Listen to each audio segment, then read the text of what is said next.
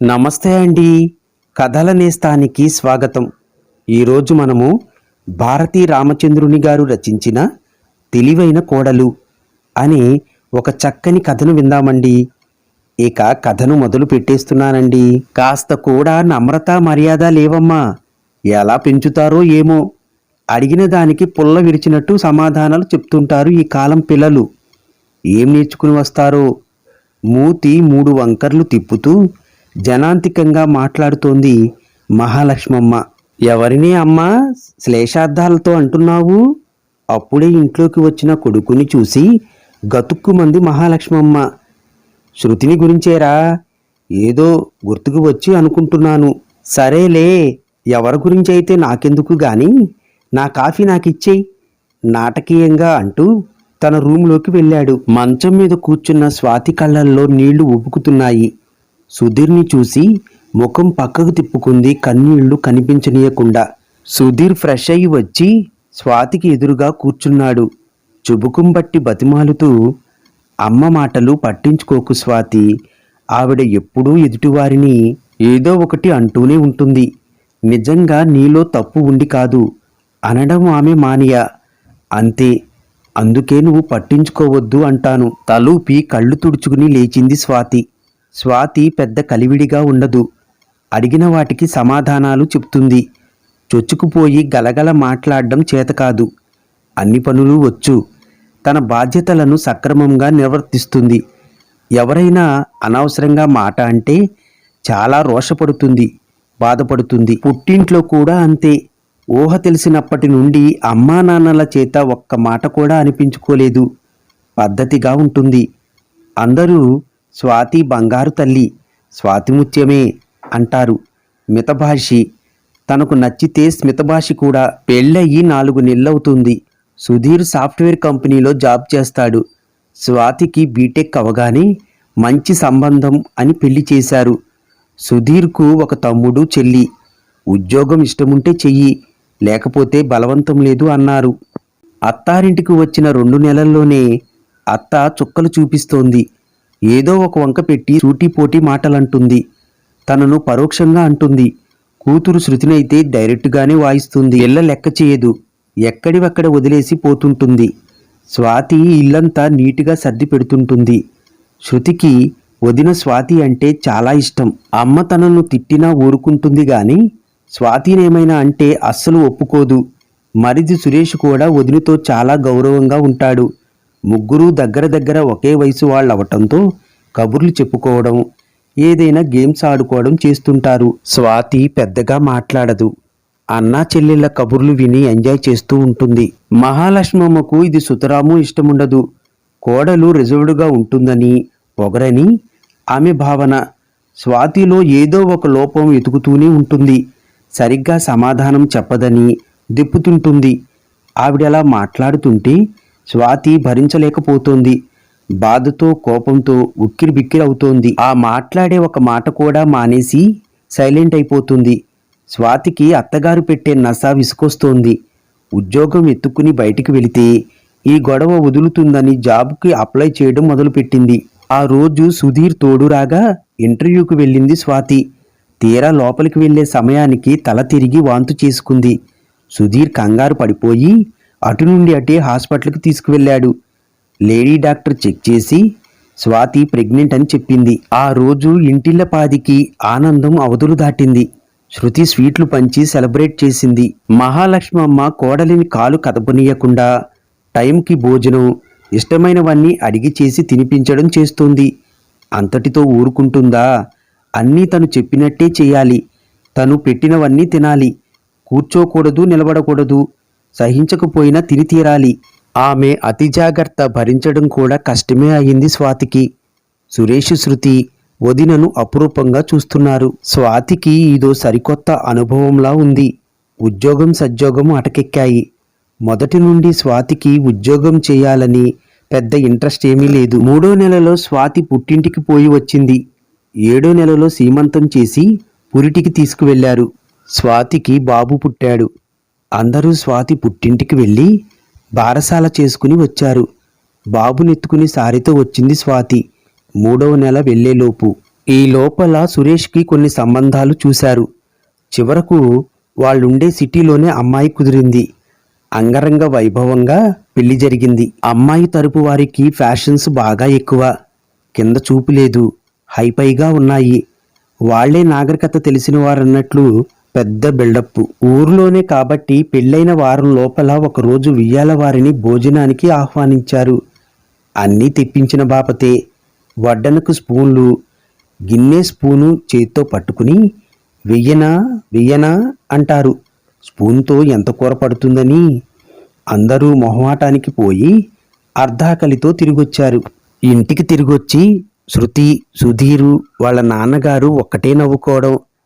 ఆకలి తీరక ఉప్మా చేయించుకు తిన్నారు. మహాలక్ష్మమ్మకు ముఖం చిన్నబోయింది.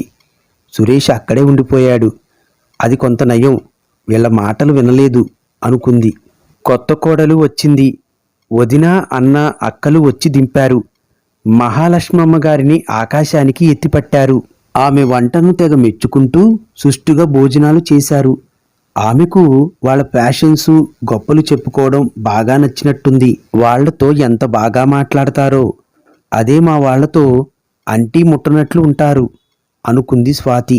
మరునాడు స్వాతి ఉదయాన్నే లేచి తన రొటీన్ వర్కులోకి దిగింది. సైలెంట్గా పని చేసుకుంటూ పోతోంది. కొత్త కోడలు 8 గంటలకు లేచి తన రూంలోనే ఫ్రెష్ అయ్యి మెల్లగా బయటకు వచ్చింది. అత్తగారు ఆమెకు కాఫీ ఇచ్చారు. అబ్బా, ఎంత బాగుందండి అత్తయ్య గారు కాఫీ, ఎలా చేశారు అనగానే ఇంకో కప్పు అందించింది మహాలక్ష్మమ్మ ఉబ్బి తబ్బిబ్బవుతూ. ఆ కప్పు ఖాళీ చేసి అత్తగారికి వాళ్ళ ఇంటి ముచ్చట్లు చెబుతూ కూర్చుంది. ఊర్లోనే పుట్టిల్లు కావటంతో అటూ ఇటూ తిరుగుతుంటుంది చిన్న కోడలు. వచ్చినప్పుడల్లా అక్క కూతురునో అన్న పిల్లలను తీసుకొస్తుంది. అత్తయ్య గారు, మొన్న మీరు బిర్యానీ చేశారు కదా, మా అక్క పిల్లలు ఎంత బాగుందని చెప్పుకున్నారో. హోటల్ స్టైల్లో చేశారట రూప అత్తగారు అని మా ఇంట్లో అందరూ అనుకోవడమే అంటూ అత్తగారిని మునగ చెట్టు ఎక్కిచ్చేస్తోంది రూప. అయ్యో, దానికేం భాగ్యం, సండే రమ్మను, మళ్ళీ చేసి పెడతాను. మీరు చాలా ఫాస్ట్గా కూడా చేస్తారండి ఏ పనైనా. మా అందరికంటే మీరే యాక్టివ్గా ఉంటారు. రూప మాటలకు విస్తుపోతుంది స్వాతి. అత్తగారితో ఇలా కూడా మాట్లాడవచ్చా అనుకుంది. అలా అత్తగారిని సమయస్ఫూర్తితో బుట్టలో వేసేసింది చిన్న కోడలు. ఏ పని చేయకపోయినా కూర్చుని చేయించుకుని తిన్నా అవేవీ మహాలక్ష్మమ్మకు ఎక్కడం లేదు. రూప బంధువర్గం వచ్చిపోతుంటే వారికి మర్యాదలు చేస్తున్నా వెనుపటిలా కోడలు తరపు వారికి చేస్తున్నాననే చిరాకు ఉండటం లేదు. అదే స్వాతి అమ్మా నాన్న వస్తే వియ్యపురాలు టెక్కు చూపించేది.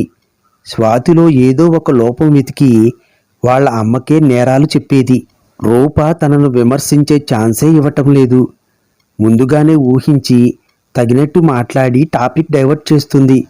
అత్తయ్య గారు అంటూ ఆప్యాయత ఒట్టిపడేలా పిలుస్తుంది అస్తమానం. రూప ఉద్యోగం చేస్తోంది, ఇంటి నుండే పనిచేస్తోంది. బయట ఉన్నంతసేపు అత్తగారితో ఏదో కబుర్లు చెబుతూ కలివిడిగా తిరుగుతుంది. తర్వాత సిస్టమ్ ముందు కూర్చుని తన పని తాను చేసుకుపోతుంది. స్వాతి కొడుకును బాగా ముద్దు చేస్తుంది రూప. వాడిని తన దగ్గరే కూర్చోపెట్టుకుని ఆడిస్తుంది. స్వాతికి చాలా రిలీఫ్గా ఉంటుంది పని చేసుకోవడానికి. సంక్రాంతి పండుగ వచ్చింది. కొత్త కోడలు వచ్చిందని, మనవడు పుట్టాడని పండుగను గ్రాండ్గా సెలబ్రేట్ చేసుకోవాలనుకుని కోడళ్లను పుట్టింటికి పంపించడం కుదరదని వియ్యాల వారికి కబురు చేసింది మహాలక్ష్మమ్మ. మంచి పని చేశారు అత్తయ్య గారు, ఇప్పటి వరకు అక్కడేగా ఉన్నాం, ఈ పండుగకు ఇక్కడే ఎంజాయ్ చేద్దాం. షాపింగ్కి ఎప్పుడు వెళ్దామండి ఉత్సాహంగా అంది రూప. ఈ అమ్మాయికి ఎన్ని కలలు బాబు, ఎవరికి తగినట్లు వారితో మాట్లాడుతుంది. అత్తగారికి సరైన కోడలు దొరికింది అనుకున్నారు శ్రీధరరావు గారు. మీరు వెళ్ళి డ్రెస్సులు తెచ్చుకోండి, శృతిని కూడా తీసుకువెళ్ళండి అంటూ భర్తను అడిగి 10,000 తెచ్చి ఇవ్వబోయింది మహాలక్ష్మమ్మ. మీరు రావలసిందే, మీకు చీర కొనాలిగా, పైగా మీ సెలక్షన్ చాలా బాగుంటుంది, మీ చీరల కలర్స్ చాలా డిఫరెంట్గా ఉంటాయి అంటూ మహాలక్ష్మమ్మను పొగిడేసరికి కాదనలేక తను కదిలింది. ఆడవాళ్లంతా షాపింగుకు బయలుదేరారు. పండుగ 3 రోజులు ఎంతో సందడిగా జరుపుకున్నారు. రూప వచ్చిన దగ్గర నుంచి స్వాతిని ఏమీ అనలేకపోతుంది మహాలక్ష్మమ్మ. అసలు తప్పులు వెతికే అవకాశమే రావటం లేదు. ఇంట్లో వాతావరణమే మారిపోయింది. తను ఇంతకు ముందులా సాధిస్తే చిన్న కోడలు ఏమనుకుంటుందో అని క్రమేణా తన ధోరణి మార్చుకుంటుందామె. అత్తయ్య గారు, వరల్డ్ ఫేమస్ ఇంగ్లీష్ మూవీ వచ్చిందండి, వెళదామా అడిగింది రూప. నాకంతగా అర్థం కాదులే అమ్మా, హిందీ అన్న అయితే కాస్త చూస్తాను అంది మహాలక్ష్మమ్మ. నేను పక్కనే ఉంటానుగా, చెప్తానులేండి. లేదులే, మీరు వెళ్ళి రండి. బావగారు, అందరం వెళ్దామండి, అక్క మీరు శృతి కూడా. ఓకే అన్నాడు సుధీర్. వీడు చూడనివ్వడు రూపా, నేను రానులే అంది స్వాతి. అత్తయ్య గారు ఎలాగూ రానంటున్నారు కదా, బాబు తన దగ్గరే ఉంటాళ్లే, ఏమంటారు అత్తయ్య గారు అనేసింది అత్తగారిని చూస్తూ. స్వాతికి భయం వేసింది, ఆమె ఏమంటుందోనని. రూప అడిగిన తీరుకు ఏమీ అనలేకపోయింది మహాలక్ష్మమ్మ. సుధీర్ ఆశ్చర్యంగా చూశాడు తల్లివైపు. అత్తయ్య గారు, మీకు మామయ్య గారికి టిఫినే కదా, ఆర్డర్ పెడతానండి, మీరు హాయిగా టీవీ చూస్తూ రిలాక్స్ అవ్వండి, మేము మాల్లో తినేసి వస్తాం నార్మల్గా చెప్పేసి అందరినీ బయలుదేరదీసింది రూప. సురేష్కు చిత్ర విచిత్రంగా ఉంది. ఎన్నాళ్ళు వదినను చూశాడు, ఇప్పుడు భార్యను చూస్తున్నాడు. ఎంత వ్యత్యాసం, అనుకోకుండా ఉండలేకపోయాడు. కాస్త గర్వంగా కూడా అనిపించింది భార్య నేర్పరితనానికి. చూసి నేర్చుకో సీతమ్మ తల్లి అంటూ స్వాతితో పరాచికమాడింది శృతి. హ్యాట్సాప్ రూపా, నిజంగా నీ సమయస్ఫూర్తి, తెలివి, చక్కని మాట తీరు అందరికీ రావు. ఎప్పటికెలా మాట్లాడాలో, ఎవరితో ఎలా నెట్టుకు రావాలో నీకు బాగా తెలుసు. అత్తగారిని ఎంతలా మార్చేశావు. తోడికోడలి వైపు అభినందనగా చూస్తూ మనసులో అనుకుంది స్వాతి. కథ సమాప్తం. ఈ కథ మీకు నచ్చితే తప్పకుండా లైక్ చేయండి, షేర్ చేయండి, మీ అమూల్యమైన అభిప్రాయాలు మాకు తెలియచేయండి. ఈ ఛానల్ని సబ్స్క్రైబ్ చేయడం మాత్రం మర్చిపోకండి. ధన్యవాదములు.